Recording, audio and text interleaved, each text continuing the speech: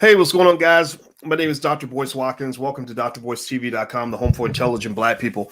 I want to talk about this company that actually made a ton of money off the recent GameStop situation. This is a very important story for you to know because it really kind of competes with this narrative, what I consider to be a false narrative, that all the Wall Street firms got body slammed from what recently happened with GameStop stock. So I'm going to actually shut off my video because my Wi-Fi is having some issues and I want you to be able to hear me. So we're going to get started on the Black Financial Channel right now.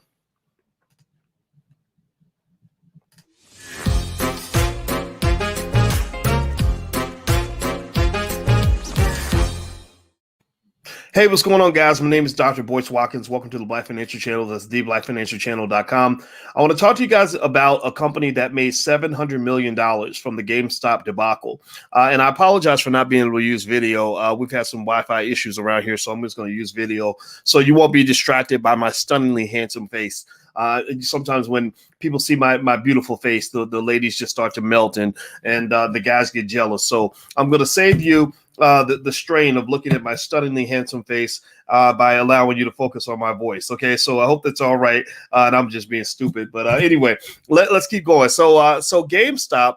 That whole situation with GameStop, you guys know about it. We've talked about this a million times, and but we talk about it from a million different angles because I really want you to study the game and understand how the game works. And every time I see something that kind of gets me thinking, I say, you know what, I'm going to share this with the family so that they can kind of understand what I see. So basically, in the Wall Street Journal, they told a story about a firm called Sinvest Management. Sinvest Management, S-E-N-V-E-S-T, Sinvest Management, who made $700 million from the whole GameStop short squeeze. Now, the reason that this story was interesting is because it counters the popular narrative that the Wall Street firms got body slammed and that the individual investor, that the regular guy, the little dude came out on top. That's not really the narrative that applies here, honestly, because what you really saw was a pump and dump. That's kind of what it ends up becoming. Don't get me wrong. It doesn't mean that Melvin Capital didn't get body slammed. That we know how much they lost. They were the original short sellers. But when this activity was happening, everybody was watching. Everybody was getting in. Everybody was in there trying to make money. And I mentioned to you guys that even I jumped in. I bought into GameStop about 113. I sold call options, which were abnormally overpriced, and I made a profit. I bought some put options to protect me from the downside, and it worked, right? But, there are a lot of people that got hurt from this. But I'm going to read to you about this company because this is an interesting story in terms of understanding the entirety of what happened here at GameStop. So hit the thumbs up button, hit the share button, hit the subscribe button. Make sure you subscribe to our channels. We're the best financial channels around, and I think that we can give you some good information. So Richard Marshall and Brian Gonick started buying shares of GameStop in September. They aren't Reddit day traders or Discord users. They are hedge fund managers in New York. And when the stock surged from less than $10 a share to above $400 a share and the dust has settled, they were sitting on a profit of nearly $700 million, one of the greatest fortunes of the January market mania. The GameStop surge is often cast as a triumph of amateurs over professionals, which it was to a degree. But it also was a trade that pitted professionals against other professionals. And few have made more money than Sinvest Management, Mr. Marshall's and Gonick's firm. Quote, when it started its march, we thought something's percolating here, Mr. Marshall, 55 years old, said, but we had no idea how crazy this thing was going to get. Now, what they saw there was they saw what something that I actually wrote my dissertation on this topic. They call it momentum trading. Basically, they saw momentum trading. They saw people that were going to buy more and more of the stock as the stock price went up. And momentum trading works until it doesn't work anymore. It's good until it's bad. It is great until it ain't great, right? And the point I want to make on that is that the problem with momentum trading is that when you get to the point where there are bubbles and bubbles are taken off to the moon, there's money to be made certainly on the way up and even money to be made on the way down. But what always happens when the stock gets overinflated, overvalued like that, and you end up with what effectively becomes a pump and dump is that somebody always gets hurt. Now, we've talked about that point, so I'm not going to belabor that issue, but I want to make that clear point to you that not everybody wins when these things happen. Now, they said here in the Wall Street Journal that Sinvest's interest in the video game retailer was piqued by a presentation from the new GameStop chief executive at a consumer investment conference in January 2020. At the time, most Wall Street analysts had rated the video game retailer at hold or sell. The stock was also heavily shorted. Mr. Marshall and Gonick would come to know some of the top returning hedge funds on Wall Street, including Melvin Capital, that were bearish on the stock from regulatory disclosures. But as they spoke with management, sussed out competitors, and noted the involvement of activists in the stock, pay attention, they noticed that people were getting behind the stock. They knew that they saw some activist investors kind of jumping in and trying to make a point as opposed to making money, right? Sometimes you make a point, sometimes you make money. The Reddit guys weren't trying to really make money. They were trying to make a point. Right, there's a difference. So when they saw that, they bought 5% of the company, paying under $10 per share for the stock. They thought that if GameStop could hold on until the next generation of video game consoles came out and stoke demand for games and accessories, the company would get a boost. And they reasoned that if Mr. Cohen could help transform GameStop from a largely brick and mortar operation to an online gaming destination, the company could be worth far more. So Marshall and Gonick had been on the wrong end of short squeezes before Sinvest. One case was with opioid maker Insys Therapeutics, though they ultimately made money on their short position. GameStop stock could soar if it caught up in a situation in which its rising price forced bearish investors to start buying back shares to curb their losses, they thought. So one thing that they saw was they saw that with a short squeezes are great when you can actually make the squeeze work.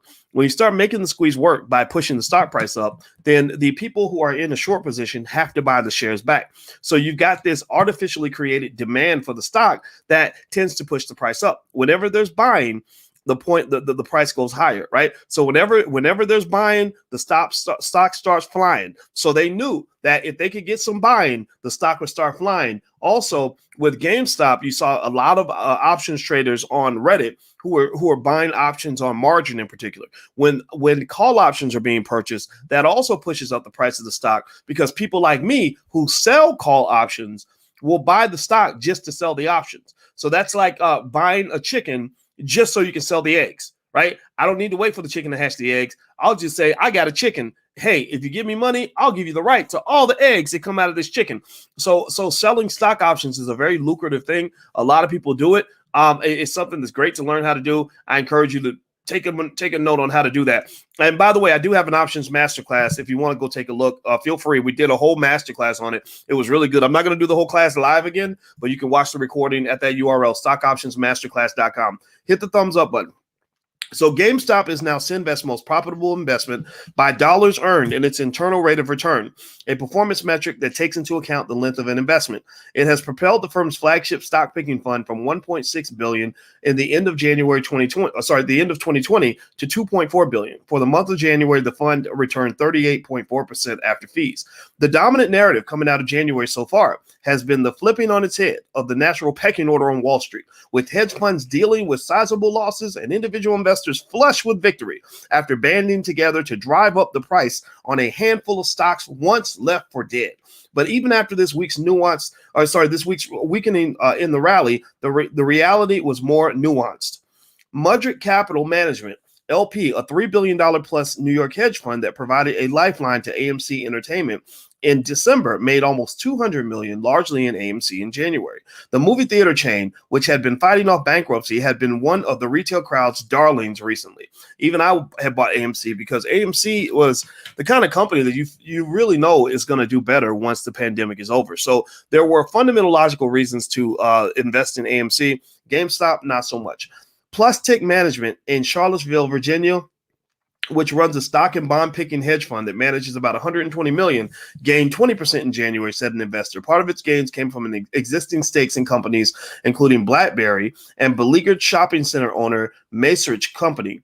Both companies have been touted on message boards recently. Quote, "You always have to pinch yourself until the last day of the month as to whether it's going to hold," said partner Adrian Keeble. I agree. One of the things that I worried about when I took my options position, as I said, I hope that this holds long enough for me to make my money and bounce out. And so basically, this was a situation where there was money dropping into the street, and certain people were going to pick up the money and grab a whole bag. But remember, whenever you're picking up money in the middle of the street, somebody else had to lose money for you to make money. So in this pump and dump, the problem with the GameStop pump and dump is that GameStop is not worth the price that it's trading for in the market, which means it's ultimately going to fall. Somebody's going to have to lose because somebody's going to have to be the biggest sucker to buy the stock at the highest price that it actually reaches. A company like Amazon, however, doesn't have that issue. Amazon costs over $3,000 a share, but Amazon made $125 billion in the last quarter alone. 125. Now, meditate on that for a minute.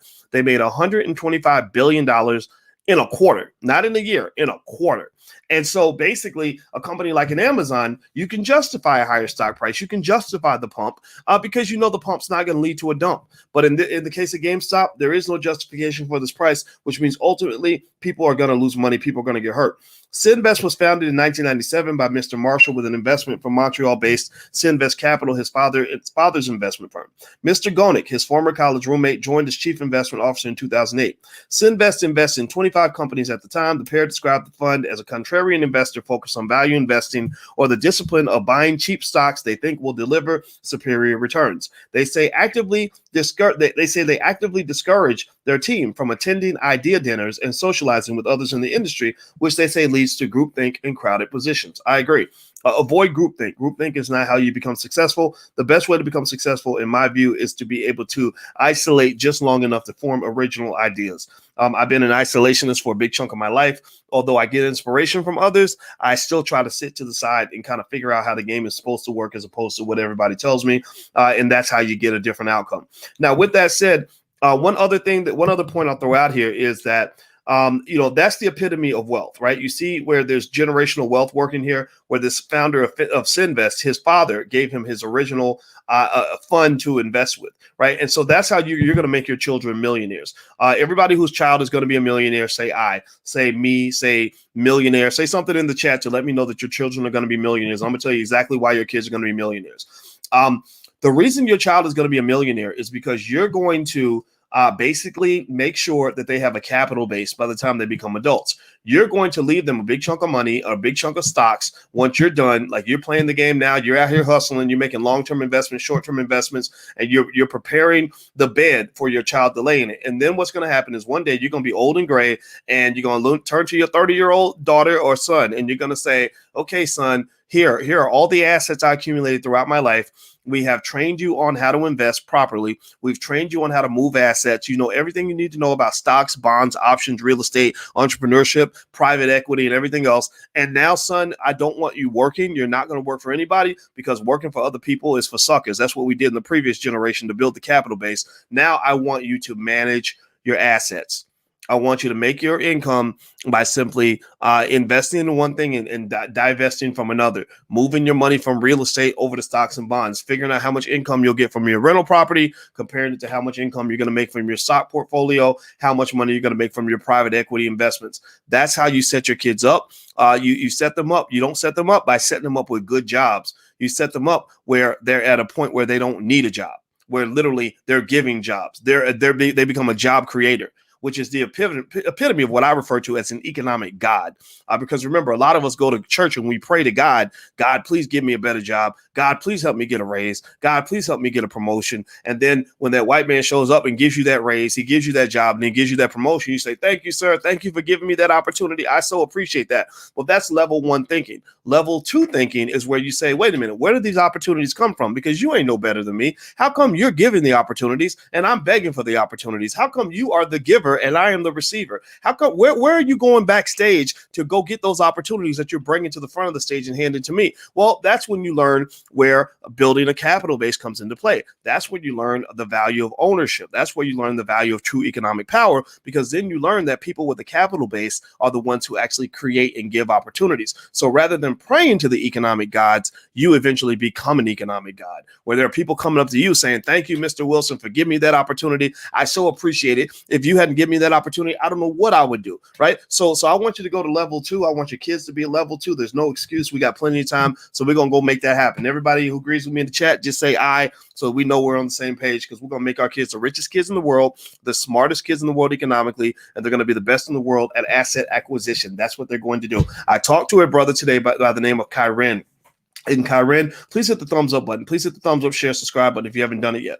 And this brother Kyren, tell me if anybody knows his name. Kyren has a son who is 9 years old, and I'm just gonna find the video because I just need y'all to see this right quick so you can just know what black boys are like when they are on top of their game. So let me show you Kyren. I talked to Kyren today. We talked on the phone. Earlier in the week, I talked to another brother I love and respect by the name of the Wall Street Trapper. So Trap and I talked to Kyren, and black men are rallying. We are making plans for the future, and we're not making plans for our kids to be okay. We're not making plans for our kids to survive. We're not making plans for our kids to play strugglenomics. We're making plans for our kids to play powernomics. So let me show you this video with Kyren. I'm gonna share this. Hit the thumbs up button while I do this real quick. Please hit the thumbs up, share, subscribe button if you haven't done it yet. So let me find this video. I'm gonna share my audio right quick.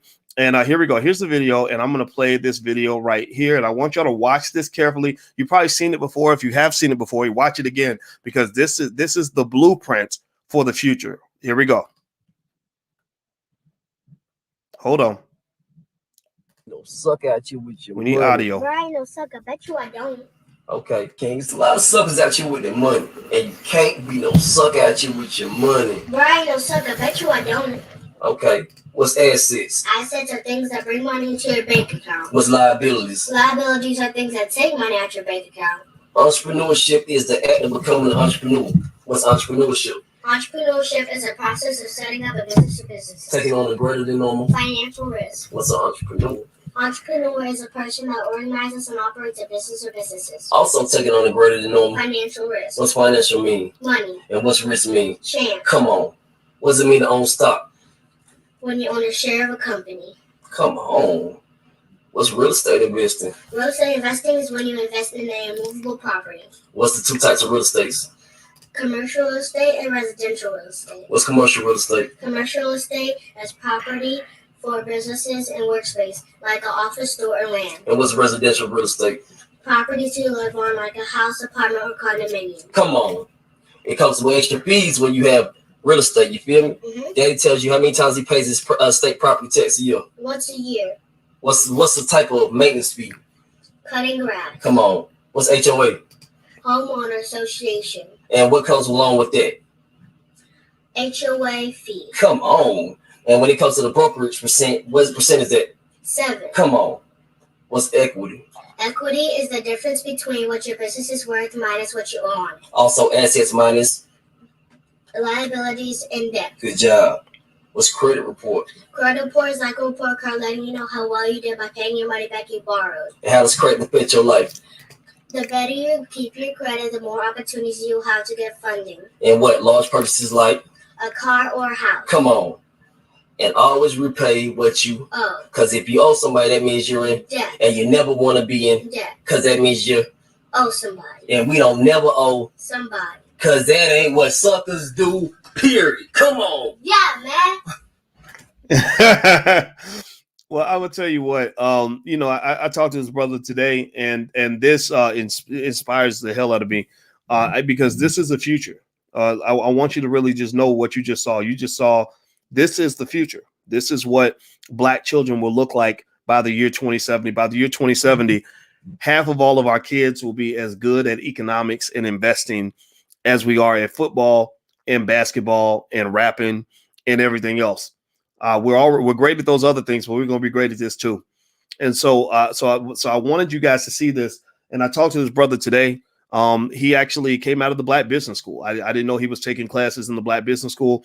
He studies diligently so that he can teach his son. And you see what his son's going to be. So tell me, give me a yes or no. Do you think that this kid has a chance to be a millionaire? Give me a yes or no. Do you think this kid's going to be wealthy when he grows up, or you think he's going to be broke? What do you think the outcome is going to be when you got a kid who's not even 9 yet, who's talking like that? You understand? See, this is where millionaires come from, people. This is where millionaires come from. And I want you to understand that. I want you to see what that looks like so you'll know what you want to do with your kids as the future advances. Okay. So I'm actually going to talk to this brother more. I love what I see in the community.